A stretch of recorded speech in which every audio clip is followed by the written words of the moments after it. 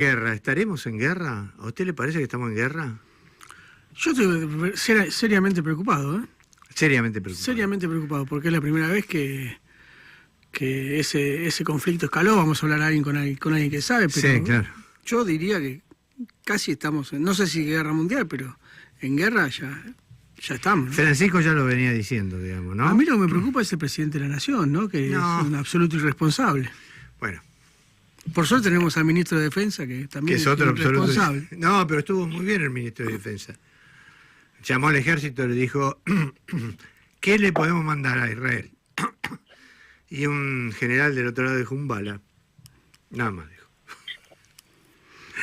Pero vamos a hablar con mi querido amigo y uno de los tipos que más sabe de este negocio y que de verdad tiene información, Marcelo Brignoni. Marcelito, querido, ¿cómo estás? Carlos Caramelo te saluda acá con Hernán Brienza para charlar un rato. Un gusto, un abrazo hablar con ustedes, a quienes respeto personal e intelectualmente, ustedes lo saben. Bueno, muchas gracias, Marce. Bueno, hacenos tu approach, tu primera entrada sobre la cosa, cómo está, qué estás viendo, qué esperás. Mira, en principio no aparece ninguna buena noticia a la vista, la situación es bastante compleja, pero básicamente de lo que centralmente se trata es de ridiculizar a Donald Trump y transformarlo en una especie de payaso del Salón Oval, a merced del complejo militar industrial, que es el que viene gobernando Estados Unidos hace un tiempo largo, en lo que vulgarmente se conoce como el Estado profundo. En ese sentido, me parece que hay algunas cosas que ameritan mencionarse, digamos, el propio Dwight Eisenhower en su último discurso como presidente de la Nación, es en enero del 61, hace un tiempo largo, el tipo dijo que la principal preocupación del pueblo norteamericano era cuidarse de la adquisición de una influencia injustificada por parte del complejo industrial militar. El desastroso ascenso de ese poder asignaría muerte y destrucción a nuestro país. No es que lo digo, ni lo dice ni Marcelo Brignone, ni Carlos Caramelo, digamos.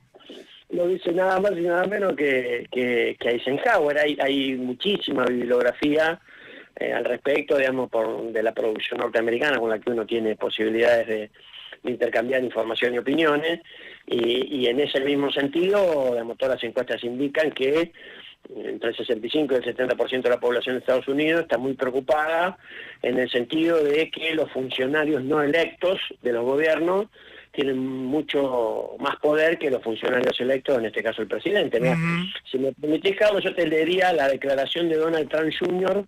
3 días antes de que asuma su padre como presidente.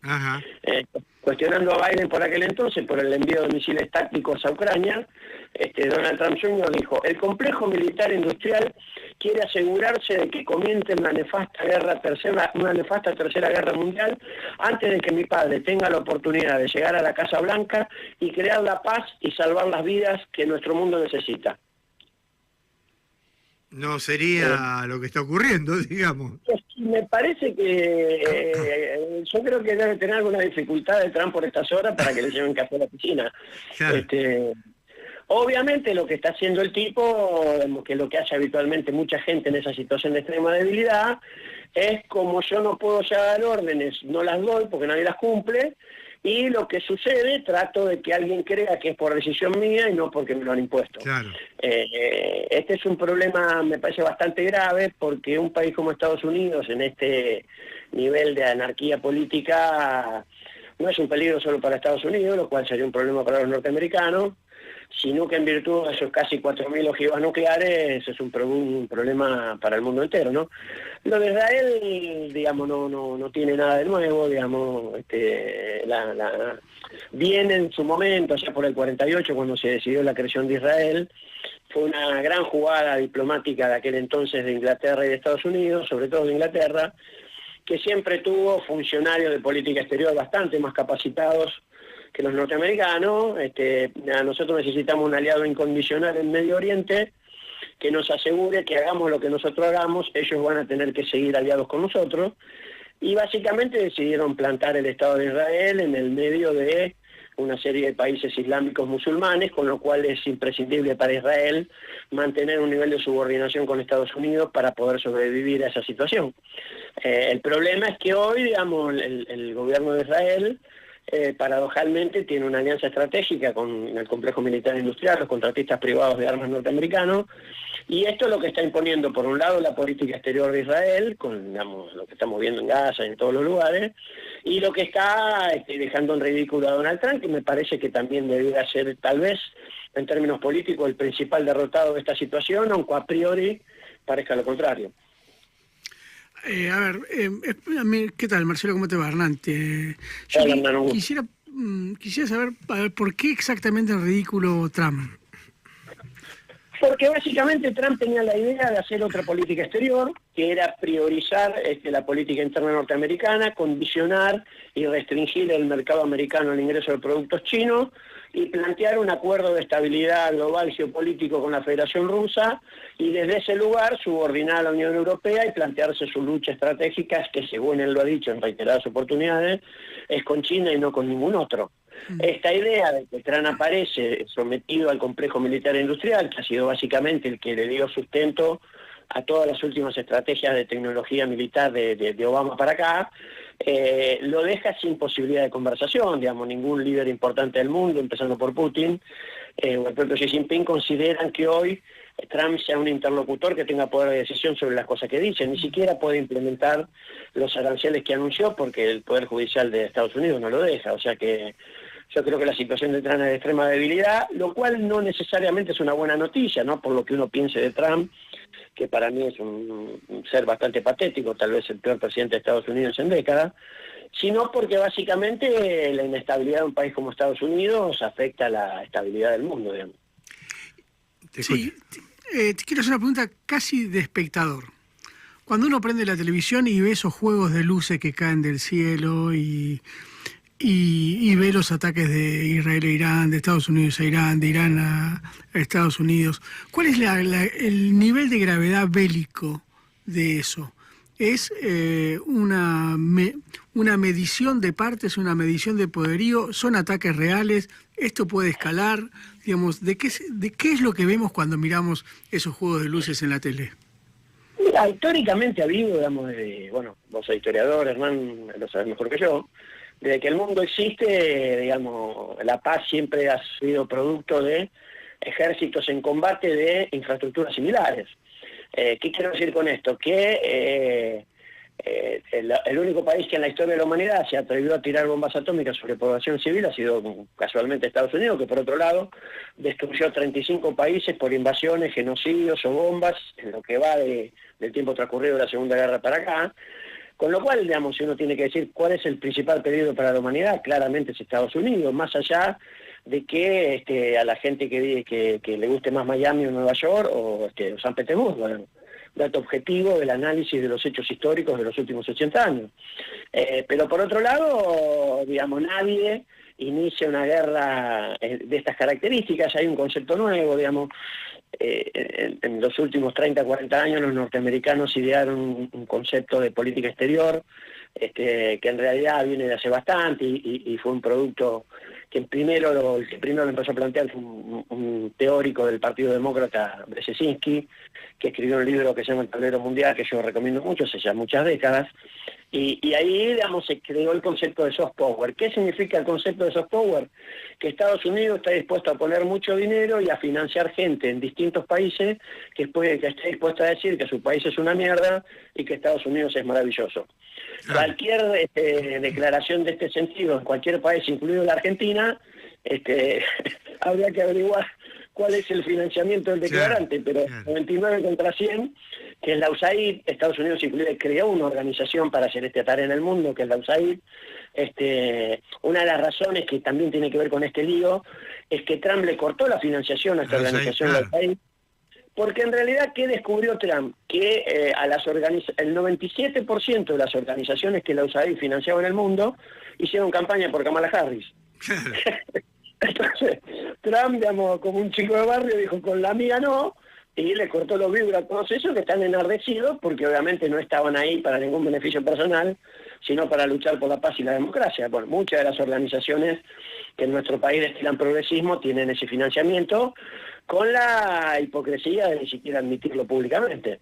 Es muy difícil suponer que alguien que recibe financiamiento de Estados Unidos trabaja por una patria soberana, pero bueno, la ingenuidad a veces dura hasta lo viejo. Pero volviendo a la reflexión inicial que me planteaba Hernán, claramente nadie inicia un conflicto de esta característica tirando una primera bomba atómica como opción inicial. Claro. Lo que sí está claro es que hay destrucciones absolutamente verificables en varias ciudades israelíes, en Haifa, en Tel Aviv y en otras, que hay destrucción manifiesta en Teherán. No hay todavía una declaración concreta de la Organización Internacional de Energía Atómica, que cumple más o menos la misma función que los programas de chimento de la televisión en la tarde. Claro. Uno de los principales problemas que nosotros tenemos en esta etapa del siglo XXI es que el sistema multipolar ideado durante la mitad del siglo pasado para prevenir futuras guerras mundiales ha quedado absolutamente caduco, centralmente porque Estados Unidos ha decidido transformarlo en una agencia propia. Entonces uno ve las Naciones Unidas, la Organización Internacional de Energía Atómica, la Organización Mundial de Comercio y todas estas organizaciones, y en realidad lo único que hacen es defender los intereses de Estados Unidos. Estados Unidos tiene una política bastante habilidosa en el sentido de habitualmente no sentar norteamericanos en los sillones que dirigen esa organización. Hoy la Organización Internacional de Energía Atómica está a cargo de un diplomático de origen argentino que últimamente viene trabajando de manera denodada para Estados Unidos y sus aliados en busca de ser el nuevo secretario general de la ONU, un señor que se llama Rafael Grossi, que es diplomático argentino, y en realidad la principal acusación la tiene la Organización Internacional de Energía Atómica, que no ha hecho ninguna inspección sobre Israel para ver cuáles son sus condiciones de desarrollo nuclear no pacífico, y sí ha hecho un montón de operaciones en Irán. Bueno, está formalmente acusada esta organización de ser la que proporcionó los planos de las instalaciones militares nucleares iraníes para poder tener precisión en los ataques que Estados Unidos desarrolló en estos días. ¿Qué te quiero decir con esto? Que mientras no exista una nueva estructura de sistema internacional de relaciones más o menos razonables, toda esta cosa del multilateralismo de la ONU y todo lo demás es un buen medio de financiamiento personal para 65.000 burócratas que viven de eso, y mucho más, Carlos. Che, pero a ver, dos cosas te quiero preguntar. Primero, ¿es verdad que John Fitzgerald Kennedy, un mes antes de ser asesinado, había advertido que el mundo debía preocuparse de la proliferación, de alguna manera, de energía atómica y de la construcción de bombas atómicas de Israel, que más que de cualquier otro lugar del mundo? Mira, si uno busca los misterios de la humanidad, después de los marcianos viene el asesinato de Kennedy. Con lo cual, digamos, lo que está claro es que Kennedy fue asesinado como producto del debate de la política interna de Estados Unidos. Sí, sí. No hay duda alguna. Más allá de este pobre muchacho al que le cargaron el muerto, como suele suceder en las series de televisión, siempre es necesario buscar un salame al que colgarle el muerto, en este caso, pobre hombre. Pero nadie en su sano juicio, ninguna investigación, ninguna estructura, ningún estudio universitario, nadie que se haya dedicado a estudiar esto, desvincula al entonces naciente. Hace un rato yo te leí una declaración de Eisenhower. Vos calculás que ya Eisenhower se había dado cuenta del peligro que significaba esa autonomía. Por entonces ya empezó a tener mucho peso en Estados Unidos un señor bastante nefasto que durante muchos años fue el encargado de carpetear a todos los dirigentes políticos del FBI, que es Edward Hoover. Y en realidad lo que está claro es que nadie se atreve a desmentir que Israel no tenga un sistema nuclear de defensa.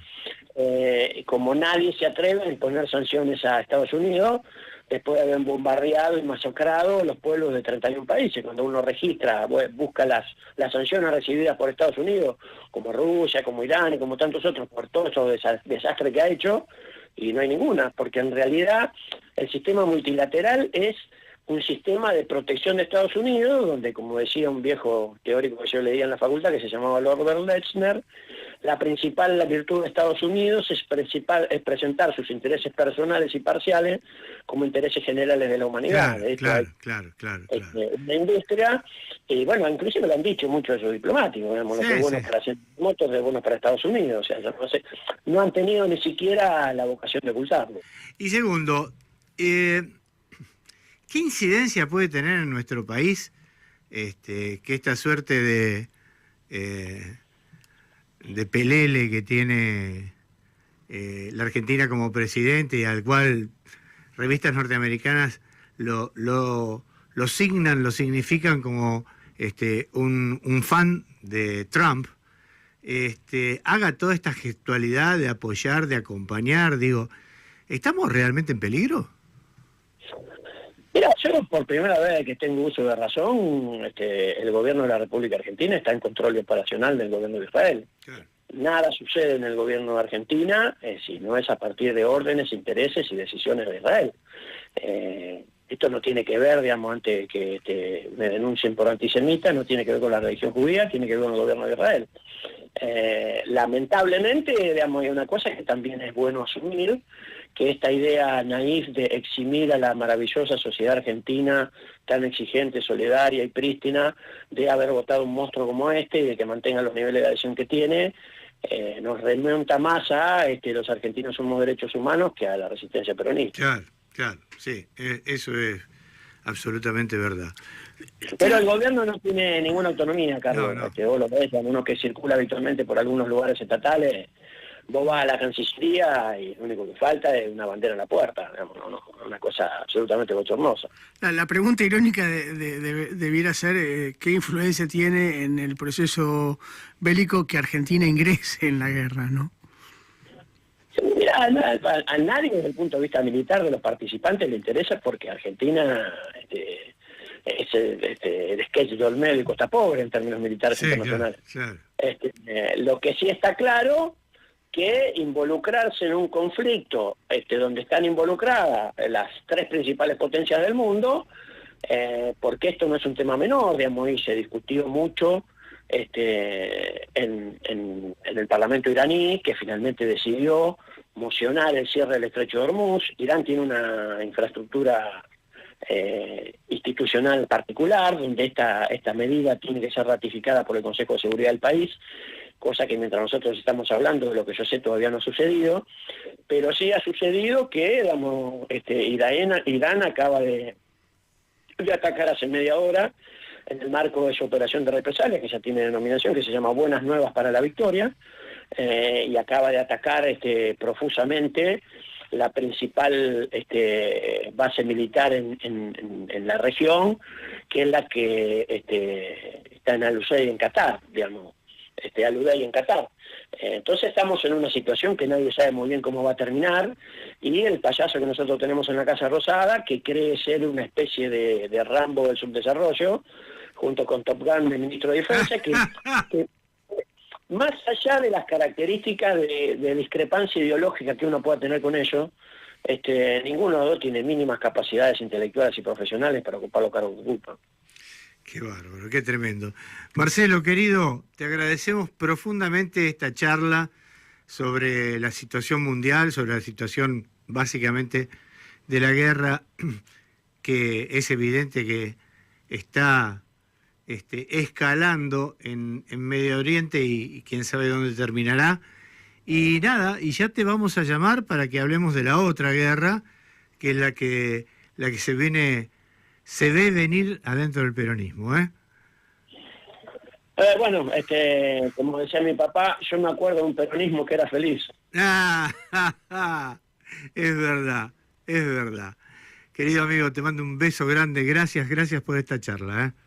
No, gracias a ustedes y un fuerte saludo para la gente de La Patriada, que hace una patriada manteniendo esa radio al aire que yo suelo escuchar todas las veces que puedo. Abrazo para todos. No tenga duda.